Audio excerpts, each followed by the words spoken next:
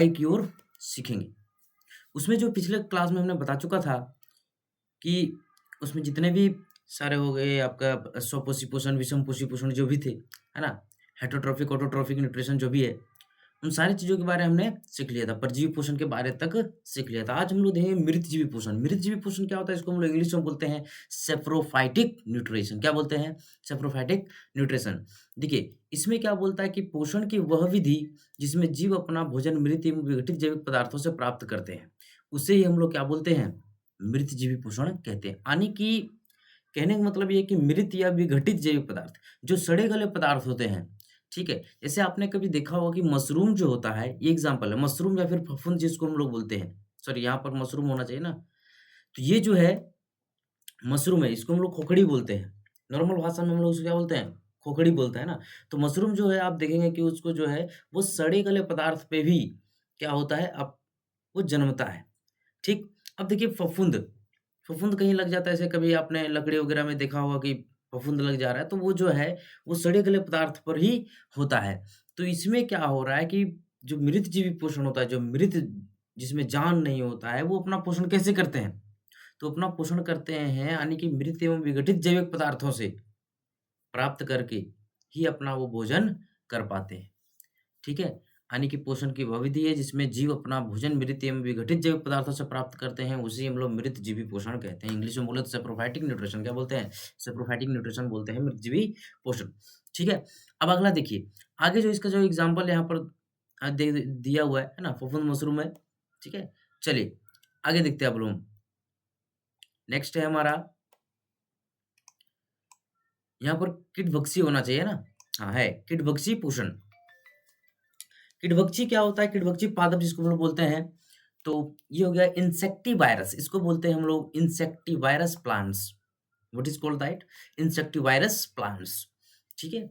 चलिए, तो इसमें क्या होता है कि ऐसे पौधे जो कीटों को अपना शिकार कर स्वयं में ग्रहण करते हैं, उन्हें कीटभक्षी पौधा कहते हैं। ठीक, मतलब वैसे प्लांट होते हैं ये, जो कीटों को क्या करते हैं, अपना भोजन बना लेते हैं। अब ये अपना भोजन बनाते हैं कैसे? आप यहाँ पर चित्र में देख सकते हैं। ये जो डायग्राम यहाँ पर हमने बना दिया दिया हुआ है, इस डायग्राम में आप देख सकते हैं कि इनका जो मुख है, जब ये इसे आभास होता है कि हमारे आस-पास कोई कीट है, तो इसका क्या होता है, जो मुख होता है वो खुल जाता है और खुलने के बाद क्या होता है, वो कीटों को अपनी ओर यह खींच लेता है, ठीक है?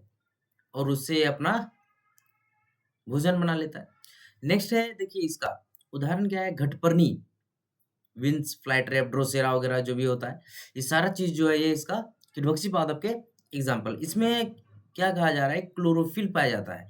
कीटभक्षी पौधों में भी क्लोरोफिल पाया जाता है और ये भी प्रकाश संश्लेषण द्वारा भोजन बनाते हैं, परंतु वे पौधों का झटपट नाइट्रोजन का आपूर्ति के लिए करते हैं। यानी कि ये पौधों को नाइट्रोजन की आपूर्ति के लिए करते हैं, ठीक है? ये हो गया आपका, तो उदाहरण में घटपर्णी, विंस, फ्लाईट्रैप, ड्रोसेरा वगैरह है। तो एक चीज़ याद रखिएगा, केवल पेड़-पौधे ही, अगर आपको क्वेश्चन पूछा जाए, क्या पेड़-पौधों के अलावा प्रकाश संश्लेषण कौन करता है? ठीक है? ऑप्शन में रहेगा आपका, तो घटपर्णी या फिर कीटभक्षी, ठीक है? कीटभक्षी में कीटभक्षी भी हो सकता है, अगर केवल कीटभक्षी दे, तो इसमें आपको बहुत सारा ऐसे एग्ज़ाम्पल में है, घटपर्णी है, विंस, फ्लाईट्रैप, ड्रोसेरा वगैरह जो भी है। तो ये सारे चीज़ जो हैं वो कीटभक्षी पादप कहलाते हैं। इसको इंग्लिश में बोलते हैं हम लोग इंसेक्टिवायरस। तो ये याद रखिए, कीटभक्षी पादप वैसे पौधे होते हैं जो अपना शिकार क्या करते हैं? स्वयं ग्रहण करते हैं, लेकिन वो क्या करते हैं? कीटों का शिकार कर लेते हैं। करते कैसे हैं वो शिकार? तो जब उसको आभास होता है कि हमारे आस-पास कोई कीट है, ठीक है? तो वो अपना मुख से उसको क्या करते हैं? अपनी ओर खींच लेते हैं और वो अपना भोजन बना लेते हैं। एग्ज़ाम्पल रहे तो घटपर्णी, विंस फ्लाईट्रैप, ड्रोसेरा वगैरह। ठीक है? तो एक चीज़ ये भी याद रखिएगा कि इसमें जो होते हैं वो प्रकाश संश्लेषण होता है। ये प्रकाश संश्लेषण के द्वारा भी इसमें क्लोरोफिल पाया जाता है। प्रकाश संश्लेषण होता है, जब क्लोरोफिल जिसमें होता है उसमें प्रकाश संश्लेषण तो होना आवश्यक है। तो प्रकाश संश्लेषण के द्वारा ये भी अपना भोजन बनाते हैं। ठीक है? चलिए अब आगे हम लोग बढ़ते हैं। नेक्स्ट देखिए हमारा सहजीवी संबंध। इसको हम लोग क्या बोलते हैं? सहजीवी संबंध, इंग्लिश में बोलते हो symbiotic relationship. Symbiotic relationship, relationship का मतलब क्या होता है? संबंध, ठीक है? हमने कभी सुना होगा, आपने भी कभी सुना होगा कि रिलेशनशिप, हम जो है 4 साल से रिलेशनशिप में है ना? तो रिलेशनशिप का मतलब होता है संबंध। तो सहजीवी संबंध क्या होता है? सहजीवी का मतलब जो होता है आप साथ में रह के जीना, इसे बोलते हैं सहजीवी संबंध बोलते हैं। अब इसमें क्या होता है, मिलन मुक्त प्रकार के जीवों का ऐसा संबंध जिसमें क्या होता है, वे एक-दूसरे का लाभ उठाते हैं एवं पोषक तत्व एक-दूसरे के साथ बाँटते हैं, उसे सहजीवी संबंध कहते हैं। कहने का मतलब ये है कि सहजीवी संबंध पोषण की वह विधि जिसमें जीव अपना भोजन एक-दूसरे के साथ बाँटते हैं। आप ये दूसरी तरीके से भी लिख सकते हैं कि सहजीवी संबंध क्या होता है, तो पोषण की वह विधि जिसमें जीव अपना भोजन एक-दूसरे के साथ बाँटते हैं, उसे ही हम लोग सहजीवी संबंध कहते हैं। यहाँ पर एग्ज़ाम्पल दिया हुआ है लाइकेन में शैवाल एवं कवक। लाइकेन के साथ जो होता है वो शैवाल एवं कवक जो एक-दूसरे क्या करते हैं, भोजन को बाँटते हैं। ठीक है? अगला है फलीदार पौधे एवं राइज़ोबियम। देखिए फलीदार पौधे जो फल देने वाले पौधे होते हैं उसके साथ जो होते हैं राइज़ोबियम नामक एक जीवाणु होता है, इनके जड़ों में होता है और ये क्या करते हैं उसको, उसके साथ अपना सहजीवी संबंध बनाते हैं, एक-दूसरे के साथ अपना भोजन को बाँटते हैं और अपना जीवन यापन करते हैं। तो आई होप आप लोग को ये समझ में आया होगा। सहजीवी संबंध का मतलब सिम्बायोटिक रिलेशनशिप हो गया, ठीक है?